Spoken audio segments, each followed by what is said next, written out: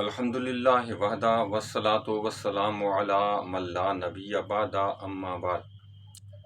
حضرت جی وقار، پاک و ہند میں مسلمان ہر سال جو ہے وہ عید الاضحیٰ کے موقع پر قربانی کا اہتمام کرتے ہیں، اور اس میں وہ مختلف جانوروں سے کی قربانی کرتے ہیں۔ تو کن جانوروں کی قربانی کرنا جائز ہے اور کن کی ناجائز ہے، اس سلسلے میں آج ہم آپ کے سامنے کوئی تھوڑی سی تفصیل پیش کریں گے۔ پاک و ہند میں کچھ جو اہل حدیث حضرات کہلاتے ہیں، ان میں کچھ لوگ جو ہیں وہ یہ کہتے ہیں کہ بھینس کی قربانی یا اس کے جو بچہ ہے کٹا جسے کہتے ہیں، اس کی قربانی جائز نہیں ہے، لیکن ان کی بھی اکثریت جو ہے وہ قربانی کے لیے ان جانوروں کو بھی جائز قرار دیتی ہے۔ آئیے اس سلسلے میں دیکھتے ہیں کہ اللہ تبارک و تعالیٰ جل شانہ نے قرآن مجید فرقان حمید میں کیا ارشاد فرمایا ہے۔ قرآن مجید فرقان حمید میں قربانی کے جانوروں کے سلسلے میں جو کچھ آیات ایسی ہیں جس میں اللہ رب العزت نے ان جانوروں کا ذکر فرمایا ہے، جیسے سورۃ الحج ہے، آیت نمبر اس کی 34 ہے، اس میں ارشاد فرمایا ہے ہر امت کے لیے ہم نے قربانی کے طریقے مقرر فرمائے ہیں تاکہ وہ ان چوپائے یعنی ان جانوروں پر اللہ کا نام لیں جو اللہ نے انہیں دے رکھے ہیں۔ اس طرح اللہ رب العزت نے سورۃ الحج آیت نمبر 28 میں، سورۃ انعام آیت نمبر 143 اور 44 میں، اور سورۃ زمر آیت نمبر 6 کے اندر ان مختلف جانوروں کا چوپایوں کا ذکر فرمایا ہے جو قربانی کے حوالے سے ہیں۔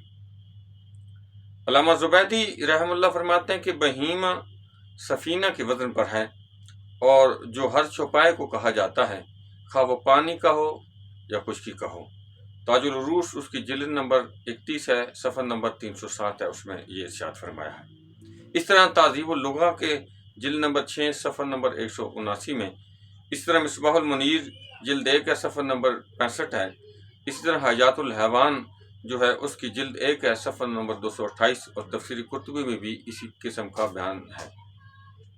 اس کا اصطلاحی معنی کیا ہے؟ بہیمۃ الانعام جو قرآن مجید میں ارشاد فرمایا ہے، تو اس کا اصطلاحی معنی جو ہے وہ ابن کثیر رحم اللہ نے تفسیر ابن کثیر جلد 1 ہے، صفحہ نمبر 534 میں اس کا بیان فرمایا ہے کہ بہیمۃ الانعام جو ہے وہ اونٹ، گائے اور بکرے ہیں،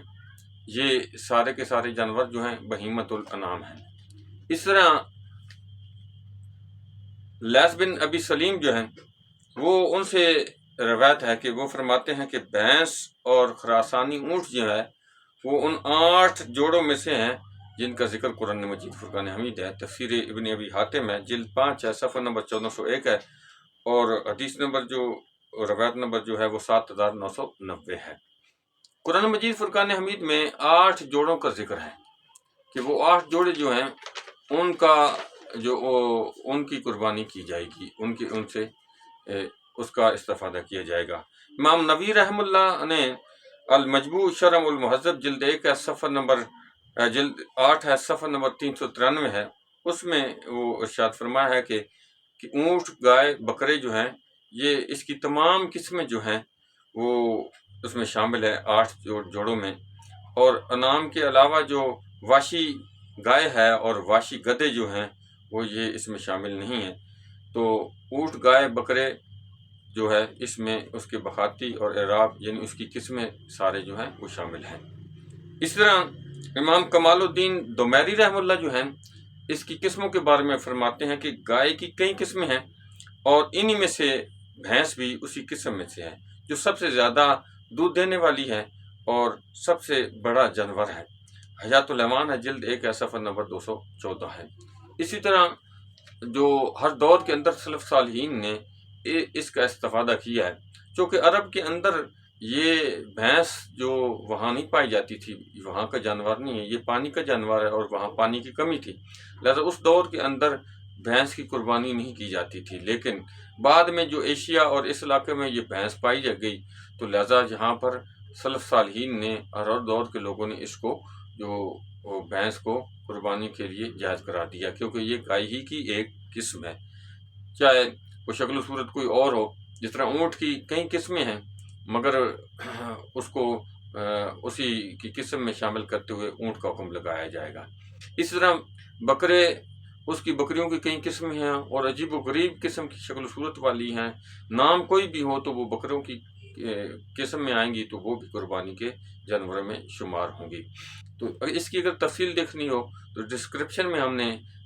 لنک دے دیا ہے کتاب کا، اس میں اس پر پوری تفصیل موجود ہے، اور وہ اہل حدیث حضرات ہی چونکہ اس پر اختلاف کرتے ہیں، انہی کے ایک عالم کی بڑی زبردست دلال سے مزین جو وہاں کتاب کا لنک ہم نے دے دیا، ڈاؤن لوڈ کر کے آپ اس کو تفصیل سے پڑھ سکتے ہیں۔ چونکہ ہم تو اہل سنت و جماعت میں کوئی ایسا اختلاف نہیں ہے کہ بھینس کی قربانی جائز ہے یا ناجائز ہے، وہ تو سب جائز مانتے ہیں، کٹی قربانی جائز مانتے ہیں، تو لہٰذا ان کے لیے تو کوئی مسئلہ نہیں۔ لیکن جو وہ لوگ